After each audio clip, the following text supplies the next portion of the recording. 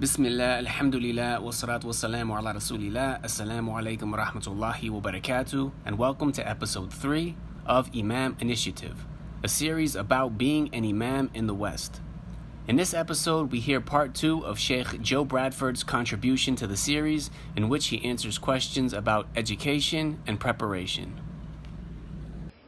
So when talking about knowledge and learning and preparation for becoming an Imam, I think that one of the unfortunate things is that many people in the past who have become Imams did so without really understanding that they wanted to. They were kind of forced into it because they needed a job, essentially. And that led to accepting situations which were subpar and probably detrimental for them and their families. But it kept their head above the water. Now, if you know that you want to be an Imam, what I would suggest right now, if you're currently a student, is that in the summers, you find communities where you can come and essentially apprentice for a month or two and be an Imam in a masjid in the United States for a month or two, preferably not a masjid that's in your hometown, if you plan on going to your hometown. But try to go to different places around the country. It's going to teach you how to deal with different people. There's essentially almost nothing that you can gain from scholars overseas that's going to prepare you for the dynamics of being an Imam in the United States. Unless, of course, you're with a scholar who deals with the common people frequently. Now, most scholars in the Middle East are not like that. They fulfill a scholarly role. They're teaching in the masjid. They have an entourage that's around them. They're not dealing with the day in and the day out of the common people. Probably a better people to sit around would, find the scholars that do fatwa during Hajj, because they're going to be answering questions for people that come from all around the world. And you can see practically what they're doing. But if you want to go and, one of the kibar al-ulama, you want to go and sit with them and expect that that's going to prepare you to be an Imam in a masjid of maybe 500 to 600 people, it's just simply not going to. So the first thing that you can do is, number one, find an apprenticeship in the United States. And number two is find those people overseas who are dealing with the ins and outs of people's daily lives and learn how to relate to them. As far as Islamic texts and education comes, what I found particularly beneficial was not necessarily all of the books. Now, when I started my studies, I actually made a list of different mutun outside of the university curriculum that I wanted to study. And then I essentially found one teacher and chipped away at that. What I found probably the most beneficial for my time back in the States was studying a basic matan of fiqh and memorization of the Quran. I think I learned more from my Quran teacher, my Quran sheikh, and his adab and his mannerisms with dealing with the people and with me than I did from anyone else that I studied with. Now, from the mashayikh that I studied fiqh from, I learned a great deal as well.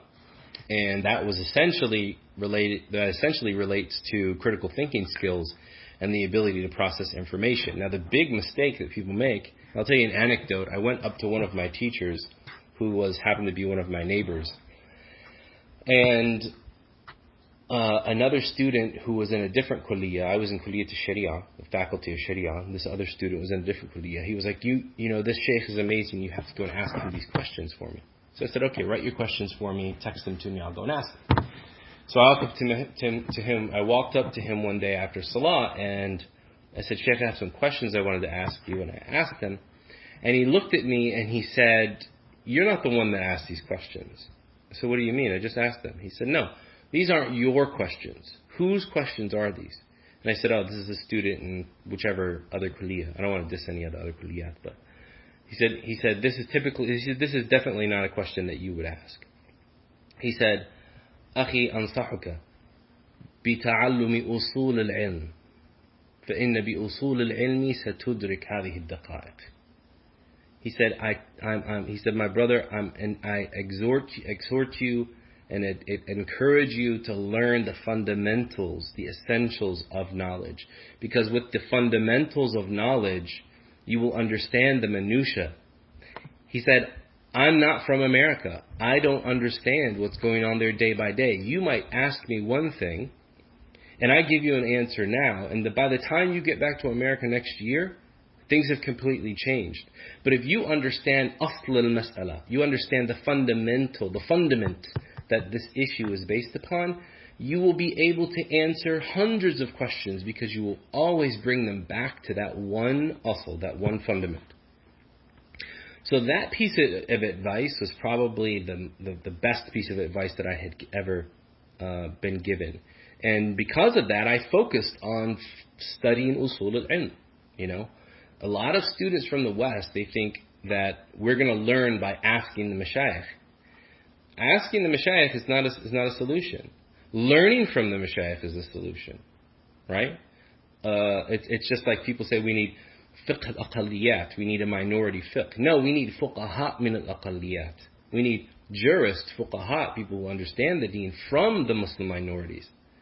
We don't need to create a new fiqh, right? So the fundamentals are there. Learn the fundamentals, and you'll be able to deal with all of these, the myriad different variations of questions that come up at different times. But if you sit there, well, Sheikh so-and-so said this, and Sheikh so-and-so said that, and you're discussing the opinions of minor modern scholars as if they are the four Imams, then you're going to be lost, and you're not going to be able to deal with the issues that people bring to you. And in fact, you're going to wrong them because you're going to give them information which is wholly inapplicable or mostly inapplicable to the situations that they find themselves in. The only other thing I would say about preparing oneself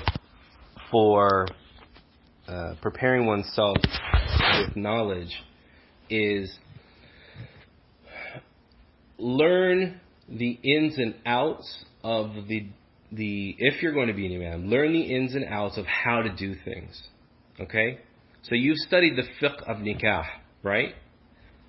Now you need to go through your head and you need to say to yourself, this is the way that I'm going to perform a wedding ceremony. And memorize it. And memorize all of the ad'iyah that you're going to say, and the khutbat al-hajjah, and the speech that you're going to give, and the ijab and the qabul, and how you're going to say it in English.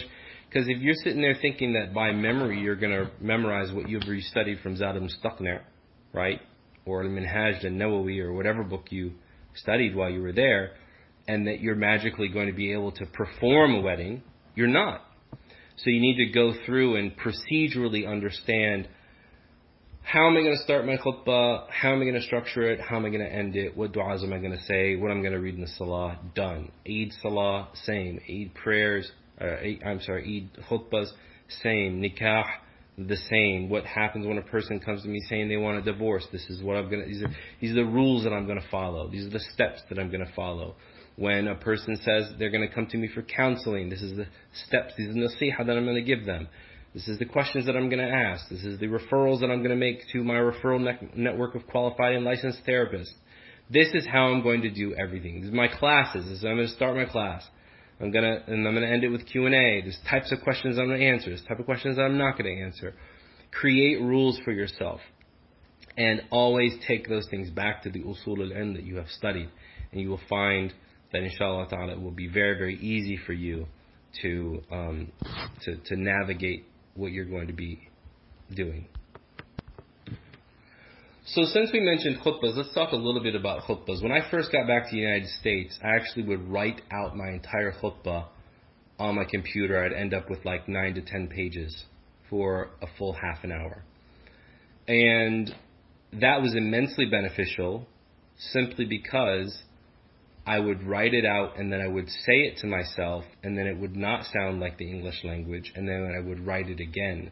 One of the big problems that students have is that you're immersed in the Arabic language so long, you forget what it means to actually speak the English language in a way that's understandable to most people. And so you will sound extremely pretentious or convoluted if you do not hone your speaking ability, right? Your public speaking ability is an absolute must. So, you don't have to learn big fancy GRE words. A lot of people think that giving a good speech is using a lot of words. It's not. There's a great book that you can read. It's called Whoever Tells the Best Story Wins. And it's about public speaking. It's a very, very good book. It essentially gives you the background on how to tell a story and how to create a narrative around something that you want to teach people. So for now, for me, for my khutbahs, I actually am able to, I take out 3 to 4 scraps of paper, and then I write the ayat and the ahadith and the major bullet points that I want to give. Oration, khitaba, in the English language is very different than it is in the Arabic language. The Arabic language uses a lot of adjectives and flowery language. The English is much more to the point. And you have to realize that you're speaking to people that speak the English language. So if you speak to them in a manner which doesn't make sense to them, they're not going to get it. There's a great TED talk on YouTube about giving speeches and the patterns of giving speeches, the highs and lows. And I don't remember the name of it, but if you put in TED talk, how to give a great speech, something like that, it'll come up. And it talks about, he analyzed hundreds of speeches in the English language. And essentially, here's what giving a great speech means when you're doing it. Here's how you structure it. You got peaks and valleys. There are times when you want to quote a text, and then there's times when you want to, encourage somebody with some encouraging words. And there's different ways that you can give a khutbah. That book that I mentioned earlier, Plan Your Preaching, is a great book for understanding that. Different types of khutbahs. Some khutbahs are they are confessional and exhortative. They simply just, they're there for targhib. There are others which are, explanative, and they explain issues. There are others that are narrative. There are others that are biographical. There's all these different ways of speaking about, specifically speaking about religious subjects. You could give a khutbah about sidq, right? You could just talk about all of the different, about truthfulness. You could talk about all of ayat and ahadith about truthfulness, and kifaya. You're done. And that's a very textual way of giving a khutbah. You could make an exegesis, or you can explanatory of one verse. Take one verse, and then everything else explains that verse. So your khutbah is like a tafsir of that verse, or a surah, right? You could do the biography of Abu Bakr as-Siddiq, and it focused all about truthfulness. So there's different ways that you can plan your preaching. You can plan the topics that you're going to do, and it all fits into what the Prophet ﷺ had taught us. And you'll be amazed when you read through all of the different things about Jumu'ah. Jumu'ah is a very basic, very simple act of worship, and مَا أَرْسَلْنَا مِن رَسُولٍ إِلَّا بِلِسَانِ قَوْمِهِ. We didn't send a messenger except with the vernacular of his people. So learn the vernacular of the people that you're going to talk to. But never wing it. Never wing your khutbahs. Never think that I'm just going to walk in and rattle something off of the top of my head. Unless you got it like that. But let's be honest, most of us don't. Okay?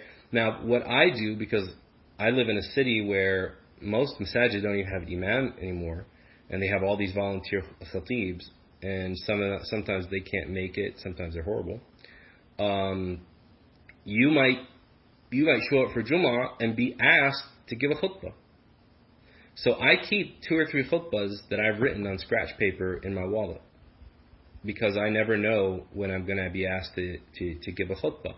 And that actually comes in handy, because I might even show up at a masjid for Maghrib or Isha, and somebody says, can you please give us a small word of encouragement after Salah? And my mind is blank, and I don't want to be searching through my phone, so I pick out a piece of paper from the 3 khutbahs and just talk to that. And there you go. You're done. And every time you write a khutbah down, you need to get a manila envelope, manila folder, and save that khutbah. Because you will come back to it year after year after year, I guarantee you. And you're going to flip and remix that khutbah 100 times. And it's going to be, you're going to mix pages of other khutbahs with other khutbahs and come up with brand new khutbahs. So be organized with writing and cataloging and keeping your khutbahs.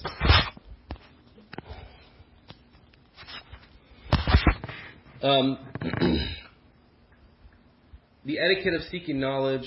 When you are seeking knowledge, I have found my mentors and my mashayikh and the scholars that I studied with, of all different backgrounds, they all exhorted me, encouraged me to do 2 things to prepare for knowledge, and that was a praying tahajjud.